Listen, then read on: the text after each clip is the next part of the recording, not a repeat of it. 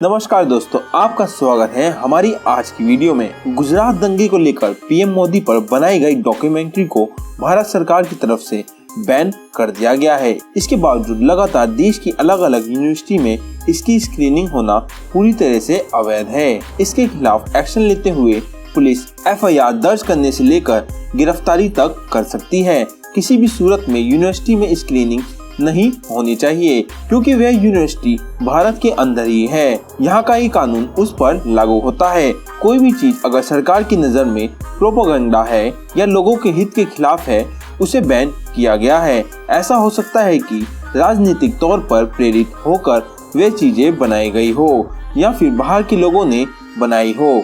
इसलिए अगर सरकार मानती है कि बीबीसी की डॉक्यूमेंट्री भारत के हित के खिलाफ है या प्रधानमंत्री के खिलाफ है, उन्हें अपमानित करने के लिए किया गया है, उसके आदर को कम करने के लिए किया गया है, जो दुनिया भर में ऐसा होता रहता है, तो इसकी इजाजत नहीं दी जा सकती है। पीएम के खिलाफ दुर्भावनापूर्ण चीजों पर बैन जायज है।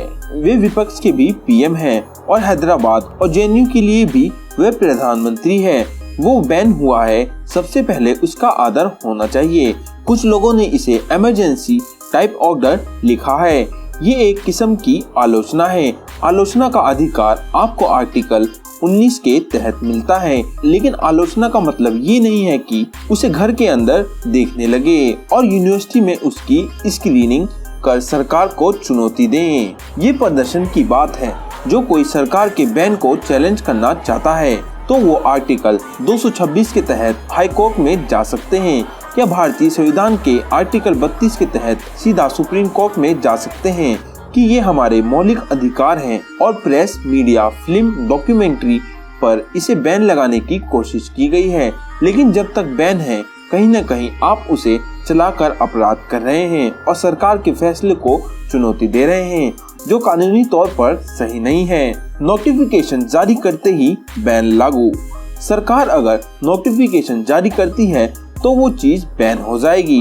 विपक्ष इसके लिए संसद में सवाल कर सकता है, हम प्रदर्शन कर सकते हैं, सरकार को लिखित तौर पर देकर पत्र उसे वापस लेने की मांग कर सकते हैं। लेकिन यूनिवर्सिटी में टेंट लगाकर बैठ गए, वीडियो देख रहे हैं, ये सब गलत है। सरकार समझ रही है कि ये राजनीति से प्रेरित है, इन लोगों को भटकाया गया है, इसलिए सरकार कोई कड़ा कदम नहीं उठा रही है। सवाल उठ रहा है कि क्या गुजरात का अभी फैसला नहीं हुआ है? जब एक मैटर का अंतिम तक शीर्ष कोर्ट से फैसला आ चुका है, फिर आपको क्या अधिकार बनता है कि इसे सोशल मीडिया पर दिखाएंगे? सरकार ने अगर उसे बैन कर दिया तो उसे देखना ठीक नहीं है। बीबीसी कोई छोटा ऑर्गेनाइजेशन नहीं है। अगर उसे ये ऑर्डर गलत लगता है तो वे सरकार के फैसले के खिलाफ कोर्ट का रुख कर सकते हैं। जो चीज सार्वजनिक तौर पर देखने से मना किया गया है, उसे सार्वजनिक तौर पर चलाकर अपराध कर रहे हैं। विरोध करने का अलग तरीका। इस तरह सरकार ने पहले भी कदम उठाए हैं। जब सरकार को ऐसा कुछ लगा है तो उसने बैन किया है। जिन लोगों ने बनाया उसका अपना हो सकता है, लेकिन ये भारत सरकार तय करेगी यहाँ की जनता को उसे देखना चाहिए या नहीं। जब तक वह नोटिफिकेशन वैलिड है, पुलिस एक्शन ले सकती है। बैन का मतलब है जिस तरीके से वो बैन है, ना कोई उसे देख सकता है, ना ही उसे फॉरवर्ड कर सकता है। चूंकि बच्चे हैं, इसलिए यूनिवर्सिटी में स्क्रीनिंग की जा रही है। ये पूरी तरह से गैर कानूनी है। छात्रों का काम ये नहीं है। हम प्रदर्शन कर सकते हैं, हम सरकार को लिखकर भेज सकते हैं कि इस तरह का आदेश गलत है।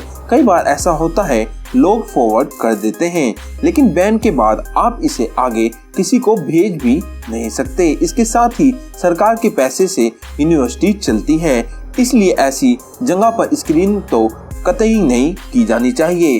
क्या है विवादित डॉक्यूमेंट्री में? बीबीसी की इस डॉक्यूमेंट्री में दावा किया गया है कि 2002 के गुजरात दंगों में मोदी की कथित भूमिका के बारे में ब्रिटिश सरकार को पता था। बीबीसी ने इस डॉक्यूमेंट्री के विवरण में कहा है कि भारत के प्रधानमंत्री नरेंद्र मोदी और देश के मुसलमानों के बीच तनाव पर एक नजर। 2002 के गुजरात दंगों में उनकी भूमिका के दावों की जांच, जिसमें 1000 से ज्यादा लोग मारे गए। बीबीसी की इस डॉक्यूमेंट्री का सिर्फ भारत में ही नहीं बल्कि ब्रिटेन में भी विरोध हो रहा है और कहा जा रहा है कि इससे दोनों देशों के बीच रिश्ते खराब हो सकते हैं। भारत ने दी तीखी प्रतिक्रिया। भारत ने 2002 में हुई गुजरात दंगों पर बनी बीबीसी की इस डॉक्यूमेंट्री को प्रोपेगेंडा का एक हिस्सा करार देते हुए गुरुवार को कहा, इसमें पूर्वग्रह, निष्पक्ष की कमी और औपनिवेशिक मानसिकता साफ तौर पर झलकती है। भारतीय विदेश मंत्रालय के प्रवक्ता अरिंदम बागची ने बीबीसी की इस डॉक्यूमेंट्री पर कहा कि ये एक गलत नैरेटिव को आगे बढ़ाने के लिए प्रोपेगेंडा का एक हिस्सा है। उन्होंने कहा कि ये हमें इस कवायद के उद्देश्य और इसके पीछे के एजेंडा के बारे में सोचने पे मजबूर करता है। ऋषि सुनक ने क्या कहा? सुनक से जब पूछा गया कि क्या वे बीबीसी की डॉक्यूमेंट्री में किए गए दावों से सहमत है कि ब्रिटेन के विदेश कार्यालय के कुछ राजनयिक जानते थे कि प्रधानमंत्री मोदी सीधे तौर पर जिम्मेदार थे, तो उन्होंने कहा कि वह विपक्षी लेबर पार्टी के सांसद पाकिस्तानी मूल के इमरान हुसैन द्वारा प्रधानमंत्री के चरित्र चित्रण से सहमत नहीं है। सुनक ने कहा, इस बारे में ब्रिटिश सरकार की स्थिति स्पष्ट है और वह बिल्कुल भी नहीं बदली है। डॉक्यूमेंट्री में क्या है जिस पर विवाद हो रहा है? ब्रिटिश ब्रॉडकास्ट बीबीसी ने इंडिया द मोदी क्वेश्चन शीर्षक से 2 पार्ट में एक नई सीरीज बनाई है। इसका पहला पार्ट मंगलवार को जारी किया गया। इस सीरीज में पीएम मोदी के शुरुआती दौर के राजनीतिक सफर पर बात की गई है। वहीं राष्ट्रीय स्वयंसेवक संघ के साथ उनके जुड़ाव, भाजपा में बढ़ते कद और गुजरात के मुख्यमंत्री के रूप में उनकी नियुक्ति की चर्चा भी इसमें शामिल की गई है। मोदी के मुख्यमंत्री रहते गुजरात में हुए दंगे का भी इसमें जिक्र है। इस हिस्से में गुजरात दंगों में पीएम मोदी की कथित भूमिका की बात कही गई है। इसी को लेकर विवाद हो रहा है। विवाद कहां से हुआ शुरू? 17 जनवरी को इसे बीबीसी यूट्यूब पर रिलीज किया गया। सीरीज के आते ही विवाद शुरू हो गया। ब्रिटेन में सोशल मीडिया पर इसका विरोध शुरू हुआ। इसको लेकर लोगों ने आपत्ति जताई और कहा कि बीबीसी को 1983 के बंगाल अकाल पर भी सीरीज बनानी चाहिए, जिसमें 30 लाख से ज्यादा लोगों की भूखमरी और बीमारी के कारण मौत हो गई।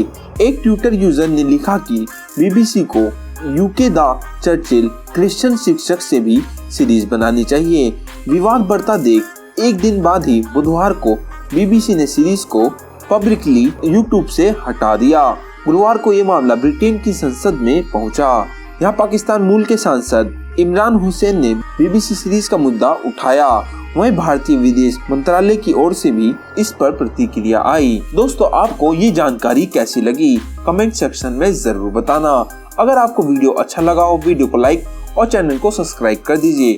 हम फिर मिलेंगे एक नई वीडियो में। तब तक के लिए अलविदा।